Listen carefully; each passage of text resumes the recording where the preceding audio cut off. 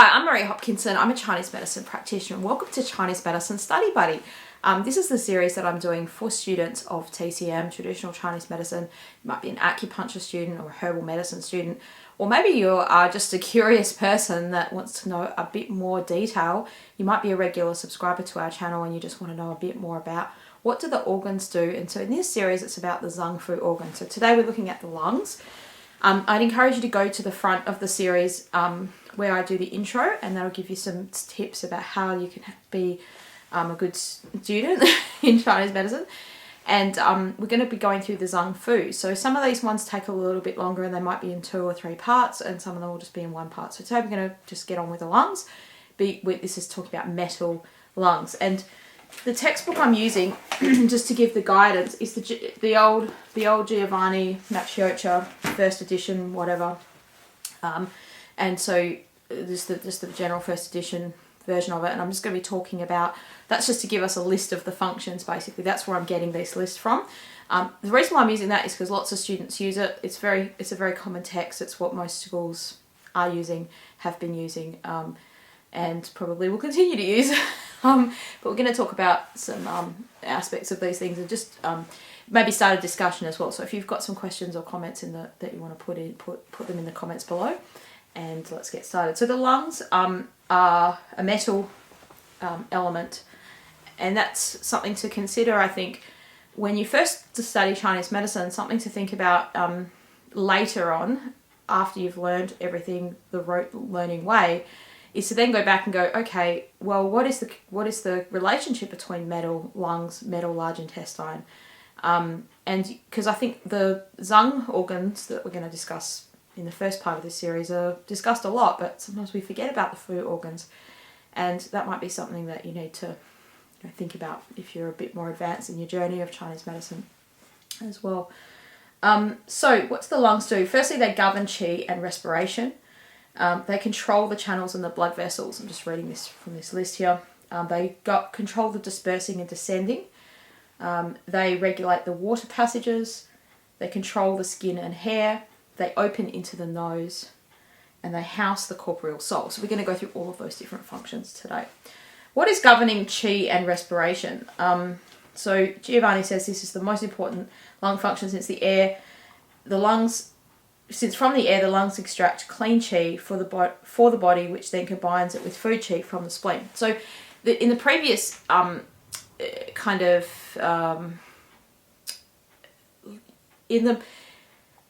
lots of Chinese medicine is interrelated. You have to start somewhere.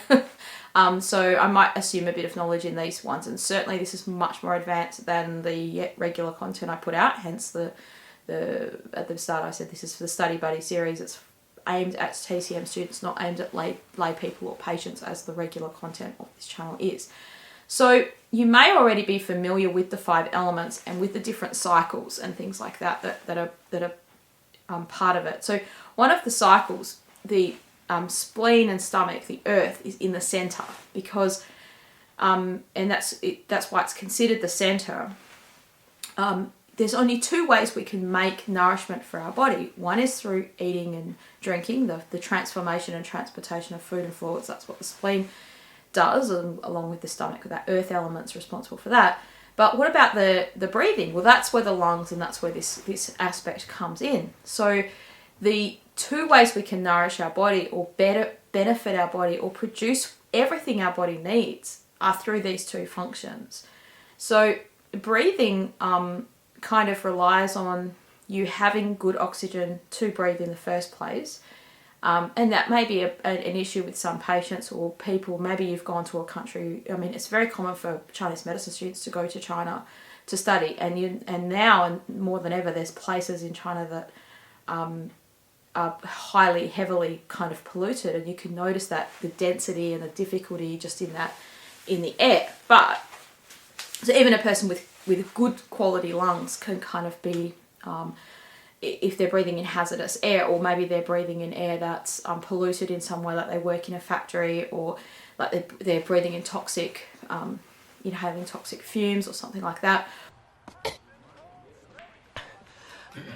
I think I'm getting the black lung bug. Or they, in the old days when people would work in pubs and clubs doing all kinds of jobs, they'd be exposed to smoke, cigarette smoke. And there are some industries in some countries where cigarette smoke is still a big issue in those venues, or for people, or even for yourself, you may be a smoker, and so therefore you're inhaling that smoke. And that's part of the aspect that we can consider when we're thinking about the lungs governing qi and respiration. So yes, you need good quality air in the first place. Just like with the spleen and the earth element, you need good quality food. You can't manufacture nutrients out of nothing at all. But let's say the air is fairly good quality. Like where I live in Australia, we have no issue unless you work in a factory or some kind of pollutant thing without proper PPE or something like that. I'm not encountering patients that have lung problems because of the air. But we do have lots of people that get lung problems. And how do those lung problems occur then? So we're going to look into that, and that kind of can give us some indication of that in this, looking through this in this series, in today's episode, or today's discussion. So there's two aspects of the lung qi, Giovanni says here. A, when we say the lungs govern respiration, we mean when we inhale the pure air, or the qi, and exhale the dirty qi. So the qi is translated as air in some contexts, and it's a more classical Chinese medicine context of translation of the word qi. And that is one thing that it means. And so this is a thing that I find a lot of students find very confusing in the first year of Chinese medicine school, where you're like, okay, the Zong qi and the Zhong qi and this qi and that qi, and there's all these kinds of qis, and you're like, what are all these qis? Well, what's going on with my hair? For some reason it got into my face. So what are all these qis? Like, what does it all mean? Well, one way to think of qi is air. Okay, so simply when you're breathing in air, you're breathing in qi. And it's a movement. It's an ethereal or a immaterial substance. It's a yang substance. It's not a yin substance, right? There's no density to air. There's no density to, like, there are molecules and things that make it up. It's not just nothing at all. It is a substance. It is something, but you can't grab hold and catch hold of the air. You can only, it's a gas in anything in a gaseous a gas form is a yang substance. So the lungs are the first yin organ to be in contact with the yang substance of the outside world. That's one thing to think of. And how can the lungs get damaged, and why do they get damaged so easily, is because they are kind of more of a delicate organ, and there isn't much buffer zone between the organ itself and the potential toxins through that. So if you go back to basic physiology, when you would have learned that, or you may be learning that in TCM school in the Western medicine sense of things, everything in your, like, this upper part of your body is kind of designed as a barrier to stop things getting into your lungs that shouldn't get in there. So if you've ever been in a smoky environment, like sometimes there's a lot of bushfires where I live in Perth, like in Australia, and there might be burning off or something like that. We call it burning off, or wildfires. I think if you're in America, they call them wildfires. If there's a bushfire or there's a burning off or something like that, then you can go outside and you can smell that smoke, and you can feel like, oh, this doesn't feel good. I feel like the air's sort of choking me, that kind of thing. And then you could blow your nose, and soot will come out of your nose, almost like black, thick substances will come out of your nose. Now, how did that happen? Because you're breathing in this smoke and this kind of the particles in the air. Now the cilia and the little hairs in your nose are kind of catching all that, and then when you blow your nose, you kind of expelling that, so it's stopping that stuff getting into your nose. So breathing is something that I think we, as TCM practitioners, like after you've graduated and you're just out in the world practicing, you could tap into this aspect for your patients and for yourself through Qigong and through Tai Chi, and even through other kind of moderated breathing exercises. But it's something that I think is forgotten or missed in terms of like, it's one of the 5 branches of Chinese medicine, Qigong, that taps into more the even some, people think there's not just 5 branches, or 8 branches of Chinese medicine. But those exercise therapies tap into this aspect of looking after our lungs, and the idea that we can only produce energy or qi or yang for our bodies in 2 ways. One is through the breathing, and the other way is through the eating and drinking. And the eating and drinking kind of falls into the category of Chinese diet therapy in the branches of Chinese medicine. So these are things where you, like, I guess what I'm getting at is, if you have a patient you've identified that they've got a weak metal element, or they've got some weakness there, or they've got difficulty with breathing, or they want to strengthen their lungs, it's not just sufficient to use acupuncture and herbs. Sometimes you need to work on the way in which a person breathes, and that will help us strengthen our lungs. So that's just a little side note there. So this governing of qi and respiration refers to like just the simple inhalation of air and the exhalation of air, right? So this clean qi versus dirty qi is like, well, once your body's inhaled it's absorbed the oxygen as it's breathing out the carbon dioxide, that becomes dirty qi. It becomes, it's the waste product of what your body doesn't need. It's exhaled, and then you can, as you inhale, it's the oxygen that our body needs. It's not the carbon dioxide, which is also in the air. And so the second way in which the lung govern qi is the actual process of the formation of qi. And this is where, so I'm just reading here from Giovanni, it says, food qi is extracted from the spleen, is directed to the lungs, where it combines with the inhaled air to form what is called gathering qi, or zong qi, Z-O-N-G, zong qi. Because this takes place in the chest, it's also called the sea of qi, or the upper sea of qi. The lung, after this formation, the lung spreads the qi all over the body to nourish the tissues and promote the physiological processes.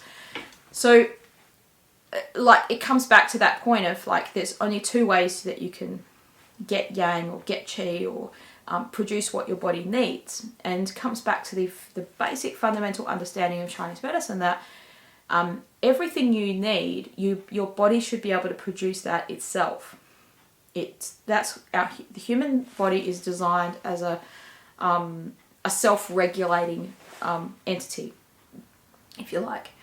And so when we use herbs or acupuncture, we're not using those things in a way to expel things like Western medicine does, like, okay, we're going to kill a virus, or we're going to kill a bacteria. Our body kills the bacteria, our body kills the virus, our body, overpowers it, let's think of it like that. Your body does that. That's the basic understanding of how Chinese medicine thinks about things. And so what are we doing as practitioners in herbs or acupuncture is facilitating that process. Like, it's like saying we can drive down the road nice and smoothly, and so we don't need to do anything to the car necessarily, but sometimes if there's lots of branches on the road, the car can't go. It's going to be blocked. And so sometimes what we're doing as practitioners is moving those branches out the way so that then the car can just go through. We don't need to do anything special to the car. Like, you could, I don't know, soup the engine up of the car so it can ram over those branches, but that's one way of doing it. But if you just remove those branches out of the way, and a lot of the time with acupuncture, that's how it's working. It's like facilitating. This is where Chinese medicine gets this idea about the free flow and the not free flow, and like when there's blockage, there's no free flow, and removing the blockage, and sometimes that's all that needs to be done, and the body just does the rest of it itself. But I think this is a forgotten aspect of treating people is through your breath. And something I was watching recently was Wim Hof on. He's got heaps and heaps of YouTube videos, and it got me thinking about this aspect of Chinese medicine, because one of the things he's become known for is using the power of the breath to mobilize the body's innate healing ability to do things. And he's done some tests with using his breathing technique with himself and other people that he's trained in this breathing technique. And it's simply just a technique that helps your body absorb the maximum amount or a better amount of oxygen than it would without that breathing technique.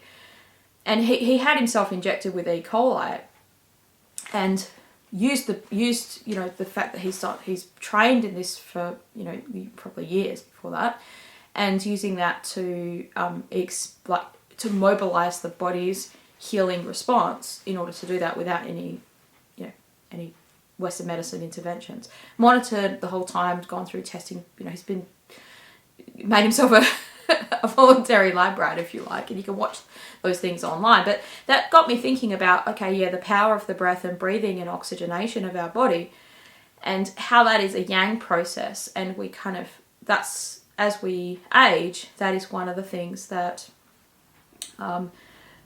I guess in a Chinese medicine sense, I think we could utilize it more, is what I'm saying. So I don't want to rant on about that too much more, but just it may be, if anything, if I can do anything to help students, I know this channel does help students, but sometimes I think like a legacy I want to leave is I think most practitioners do, is the mistakes that you can see. I might not be able to fix those mistakes in our profession, but maybe the younger generation can.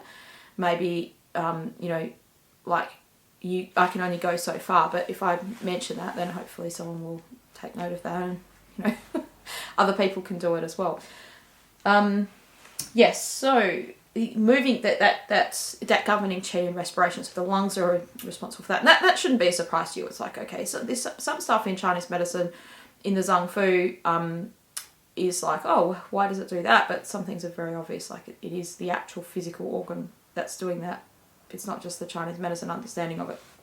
Okay, the next one's a little bit more out there. So it controls the channels and the blood vessels. So as we've seen, the lungs, this I'm just reading from Giovanni, lungs govern qi, and qi is essential to aid the heart to circulate blood. For this reason, the heart controls the blood vessels, and the lungs also play an important part in maintaining the health of blood vessels. In this respect, their scope is somewhat wider than that of the heart, since the lungs not only control the circulation in the blood vessels themselves, but also in all channels. I think this has got to do with the idea of qi being air, and the lungs breathing that air. And where do we get that air from? Where do we get that qi from? If qi is air, let's just say when the lungs are breathing the qi, and then the lungs are also in charge of circulating that qi, the same qi you breathe in, the air, that movement. And it's the movement, when you go and look at channel theory, and you look at another level of foundations of Chinese medicine, but just in acupuncture theory, not so much herbal medicine theory, it's very much about the qi moving the blood. And the qi is a yang aspect. So if blood doesn't have any movement, it's just dead and cold, and it's no use to the body. So it needs that. The blood and qi need each other. And so the blood is what heals you. It's everything in your blood is what heals you, but blood that has no oxygenation, blood that has no movement, blood that has no warmth, no yang, no qi, is useless blood to us. It's not helpful. So you kind of want to think of, in a more broader, to make sense of it, this is how I make sense of it, is that the channels, they are in Chinese medicine, you think of them as pathways, meridian pathways, whatever. And this is where sometimes people get a bit woo-woo, and they think, you can't see the channels on an X-ray or a scan or any MRI or whatever, so, how do we know they're there, and all the rest of it. But it's more about the blood flow, the movement of qi. We're moving qi in the channels, but what is that really actually doing? Physiologically, what is that doing? It's moving the blood flow of the body. It's directing that warm, it's enabling that blood to be more infused with qi, if you like. So it's more oxygenated, it's more, which again, it relates to the lungs, the oxygen, the air, breathing, and that kind of stuff. So just as a little disclaimer, this is not a course. It's not a registered course. This is just my years and years of thinking about this stuff, and this is my take on it. It might not be what your teacher's take on it is. Lots of Chinese medicine is metaphorical and observational. So it's very important, I think, that you have good analogies. And I have a great imagination. And some of these analogies come from my teachers. Some of these analogies have just come from me thinking about it and me teaching it. Sometimes in the moment when you're teaching it, you're explaining it, then you think, oh, it's just like that. It's kind of like that. Or questions that I've been asked from students over the years about things. So that's the number 2. It controls the channels and the blood vessels. So if you have a problem with the vessels themselves, that could be, this is another way that, how does this relate? Why does it matter? Because when it comes down to treatment, so let's say a patient had a problem with the blood vessels, the treatment might be through the metal lungs. So blood vessel problems could be like a prolapses of blood vessels, like you get with varicose veins, for instance. And this is where you see this really nice kind of overlap. Now, often you think of, we did the spleen last week or last time. One of the functions of the spleen is the raising qi. So you can think of, okay, the spleen's in charge of this raising qi, but at the same time, the lungs are also in charge of just qi in general. So qi or air, and that qi that holds the vessels in its place is part of the spleen, but it's also part of the lungs. So this would be a case where if a patient had varicose veins, and you were thinking of it as like in a way of a prolapse organ, like organs not being held, like the channels are the blood vessels are an extraordinary organ. You could treat them through the lungs and the spleen very nicely in that kind of way.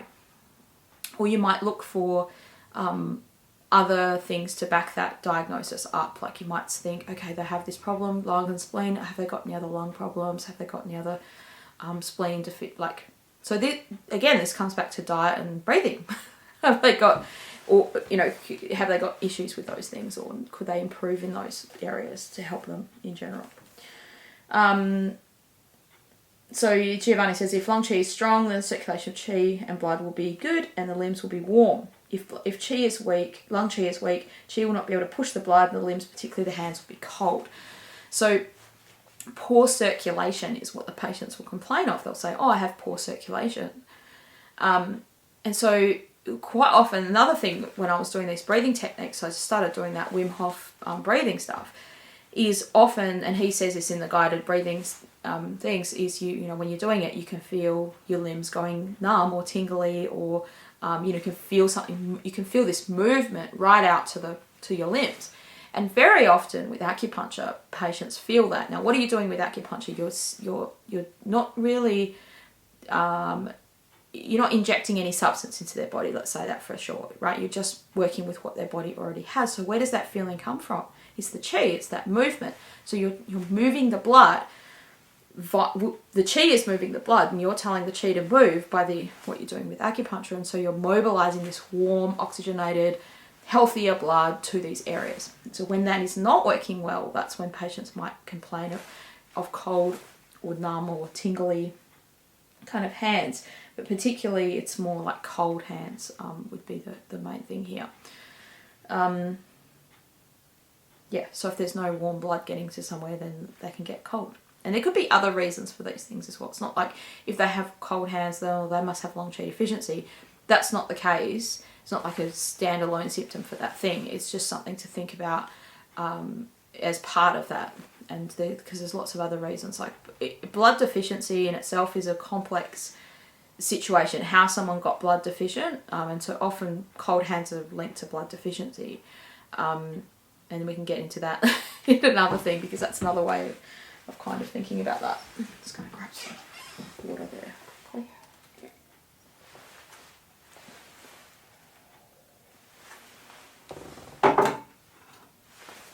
So they control, number 3, it controls the dispersing and descending. Now this is a really important function and a really useful one to kind of understand or remember, because when people have breathing difficulties, this is simply the function that's going into dysfunction.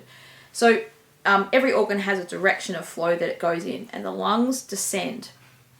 If the lungs can't descend, then the person can't receive all of that oxygenation when they're breathing in, their lungs can't fully properly expand. And there could be lots of reasons for this. Sometimes you can have a tight diaphragm that kind of pushes up, and so underneath the ribs your diaphragm kind of is like that, and if that becomes tight and it's pushing up, it's creating a sensation of fullness, and so the person can't take a deep proper breath. But anything to do with difficulty of breathing, like inability to what we call grasp the breath, can be seen as a dysfunction of the lungs. So as a practitioner, it's your job to then go, well, why is that happening? Is it just simply that the lungs are the problem, or is there a kidney, or is there another element in the 5 elements kind of influencing this situation and causing this to happen? Is it a wood or a metal? Like, is it what's affecting metal? Is it water or wood or something like that? So this dispersing function of firstly spreading the defensive qi or the wei qi over the body. Now, this is where you kind of have this nice little interrelationship between the lungs, your immunity or your defense against illness, your breathing directly. You breathe in pathogens from the environment, and that's how we get invaded. But it's also your breathing that has, like, through the lungs descending and dispersing, that has the ability to protect us against those pathogens. So you can see that kind of correlation very nicely kind of in there. So there's a few things you want to think about here or remember here. One is that the lungs look after the pores on the exterior of the skin. Pores have a relationship here, and we'll get into that in a little bit further on. But the first thing to think of, we'll just go through this little thing where he says this function ensures that this defensive qi is equally distributed over the body under the skin, performing its function of warming the skin and the muscles, protecting the body from the exterior pathogenic factors. If the lung qi is weak and its dispersing function is impaired, defensive qi will not reach the skin. The body will be easily invaded by exterior pathogenic factors. So you probably already learned those, like wind, cold, heat, dampness, the exterior pathogens. And one way of thinking of that is that wind is simply the thing that carries all those pathogens, or can carry those pathogens into the body. And whichever system you follow, like if you just follow a pure TCM system, then you would think any of those pathogens could invade you directly. In a Shanghai Lun system, it's cold that kind of invades you. Wind, the wind and cold that invades you first. It's not like heat directly invades you as commonly, I would say. Like, it can happen, but it's not as common as in the Wenbing system, where they think, oh, you're living in a hot place, you could just get a sore throat from the hotness, right? Whichever way you think about it, it's still the lungs providing that defense. Like, the lungs' job, the metal's job, is to provide this armor, if you like.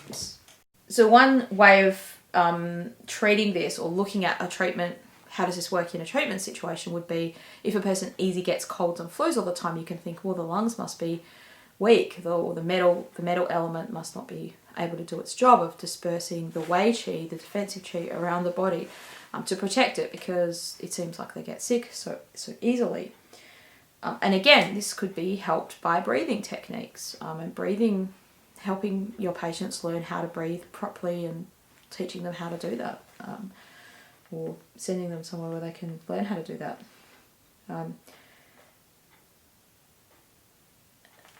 So he also says, besides qi, the lungs also spread the body fluids into the skin in the form of a fine mist.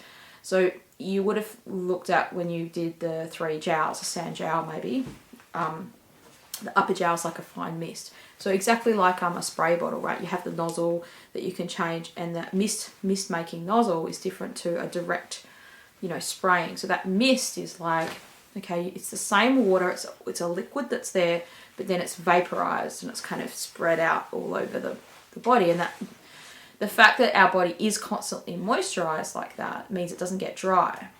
So often with skin dryness, it could be, you could see a link between people that have weak immune system, like they get sick with colds and flus very often, but they also have a lot of skin dryness, or then after the skin dryness get itchy or skin conditions or things like that. But you could also think of that in terms of blood, like skin conditions can be linked to blood deficiency or blood problems like poor blood circulation, which again is linked to qi.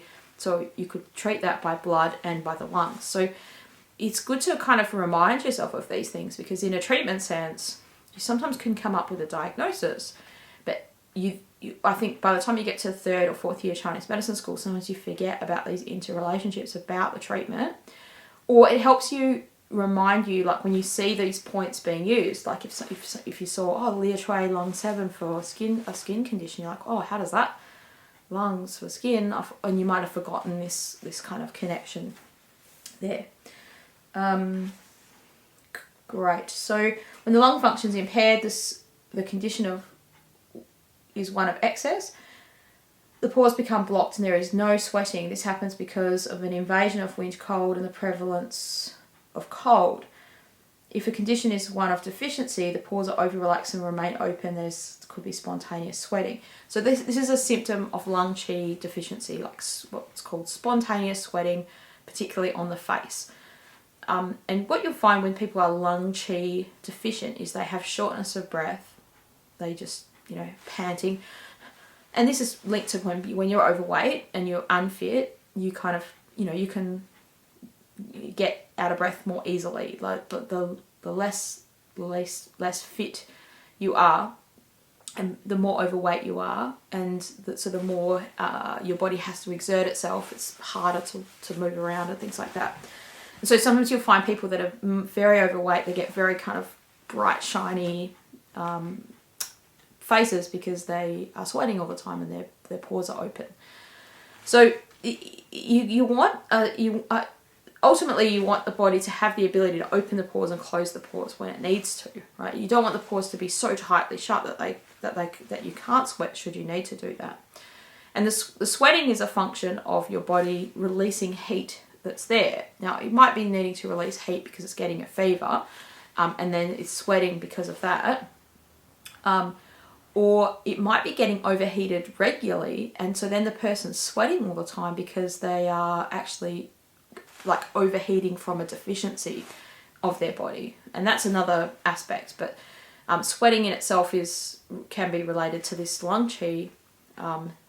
If it's deficient patient, it means that they in general don't have the strength of the lung qi, like the lung qi's weaker, so it can't keep the pores closed. And so then, if any little exertion happens or stress happens or something like that, then they easily kind of sweat, or even just no exertion could happen. They can get that's what spontaneous sweating is. There's no reason for it. It's not like they're getting a cold or a flu or anything like that. It's just happening. It's out of the blue. Another way to think of this would be the first way he was saying is in an excess condition. Like, so if in a wind strike or when wind is around, then like that, if your pores are open, then the wind can kind of come in very easily. The best example of this would be if you're sweating. Let's say you go to bed, it's a hot night, and you sweat and sweat and sweat sort of thing, or you're just a bit hot and sweaty, and you can't get comfortable and things like that. And then the sea breeze comes in, like where I live in Perth, we get this breeze called the Fremantle Doctor. It comes in at night time sometimes. And sometimes it can be very, very hot at night. And then if you've got no aircon, you're kind of lying in bed, can't hardly sleep because it's so hot. And then the breeze comes in and you're like, oh, that's good. But now if you were already asleep by then, or you'd left your window open or something like that, or this can happen artificially from people sleeping in air cons or fans or things like that. And so they've gone to bed hot, but then they've somehow cooled down in the night because the temperature's dropped, but they've left the fan on them, or they've opened the window and the breeze comes in. They can sometimes wake up with a really stiff neck. So like a wry neck would be this kind of like, neck's sort of stiff to one side. And they're like, I can't hardly move my neck, that kind of thing. That's a great example of like wind coming in to the room, the cold. So cold causes contraction, the wind's driving that cold towards you. Now, even though it's a hot night, you can still get a wind cold kind of coming onto you, striking onto you, and getting in the channels. And this is all relates to the lungs because it's the channels, it's the pores. Yeah, that's one way of thinking about it. So, and in an acupuncture sense, this is why you would use those long points, often on the back of the neck, like you use Feng Shui or the gallbladder 20 or Fu Men bladder 12, or you'd use cupping on those areas often. Yeah, and this can happen in an excess condition where wind invades and it blocks the pores. Or it's basically because the cold contracts, cold causes contraction, and the things contract and it gets so tight and the body can't actually, that's a different kind of wind cold. Usually in herbal medicine, when you start learning herbal medicine, if you start learning herbal medicine, then there's a very different formula that you would use for someone that can't sweat versus someone that can sweat. And a person that can't sweat is usually, well, a person that can sweat or is sweating is a weaker patient than a person who can't sweat. So they're more of a robust or, like I wouldn't say excess, but they're less deficient, or they're not deficient, versus someone who is a deficient person. Not to confuse you more, but that would be the treatment. In an acupuncture sense, you would use something that opens the pores, that warms and opens the pores, and this is where they, in the Han Dynasty, very common to use fire needle, and you see that, you mentioned bazillions of times in the Shan Han Lun about fire needle used to promote sweating, and that's what it's doing. It's opening the pore, it's causing the body to open the pores, and that's how it promotes the sweating, by warming. Okay, descending function. So that was the dispersing function. So it disperses the qi and the fluids onto, like sprays that fluids onto the body as a mist. And descending is the ability of grasping the qi, like the air that you're breathing. And I'm going to read from here. It says, because the lungs are the uppermost organ in the body, Chinese medical texts often refer them as the lid or the imperial carriage roof. Because they are the uppermost organ in the body, the qi must descend. So there's nowhere else for it to go. It can't go up. This is what we mean by the descending function. So, as we say, lung qi must descend to communicate with the kidneys, and these respond by holding the qi. So you'll often see this kidneys and lung and kidneys not grasping the qi, or kidneys not grasping the lung qi, in cases of asthma. So this idea that as you breathe, when you breathe in, breathing out, breathing in, where does that air go, right? So it doesn't just expand up, it has to go down. It has to, like your lungs should kind of expand, and that oxygen should kind of go down. And when you breathe correctly, it's really interesting to practice this kind of, so if you see people that breathe shoulder breathing, like they raise their sort of like this, and sometimes this happens when people have got a chronic lung condition, because they have lost their ability to kind of descend the qi, descend the air, they have to use their chest muscles to breathe. And so you see them doing this a lot, like that's exaggerated. You see them lifting their shoulders up and down. So when you watch a baby breathe, it's really interesting. They're using their diaphragm. For some reason, as adults, we, after we've been a baby, in childhood we stop breathing like that. But if you watch a baby breathing from when they're newborn, you see their abdomen kind of going in and out, and that's because they're using their diaphragm to breathe. So I know heaps and heaps about this because of my singing, and like I just it's the first thing you learn in singing is how to use your diaphragm and how to use that, and it's a massive, powerful muscle that you can actually have control over. And so it's really good for people to practice that style of breathing, and the more you practice it, the more you are aware of which muscles you're using and what you're using to breathe. And if you are a person that gets very stressed easily, or your patients get stressed, using the diaphragm to breathe slows everything down and stops people from going like this kind of, breathing that's exaggerated again. But that's something to kind of look at, and I think is again a really important thing. So that's the descending function, is to kind of grasp the qi, and descending, like, so the kidneys are seen as the one that grasps it, but the lungs have to push that air, that qi down. Okay, so it says here, let's have a look. The descending function applies not only to qi but also to body fluids because the lungs direct fluids down to the kidneys and bladder. If this descending movement of qi is impaired, lung qi does not flow down and qi will accumulate in the chest, causing cough, breathing, breathlessness, stuffiness of the chest. In some cases it can affect the function of the lungs and large intestine. If the large intestine does not receive qi from the lungs, it will not have the power necessary for defecation. And this can happen particularly to old people, right? So a kind of constipation. So if you get, it doesn't have to be an elderly person, but someone that can't push out their stools. They have a lot, and this can often be a part of dryness, like dryness in their bowels.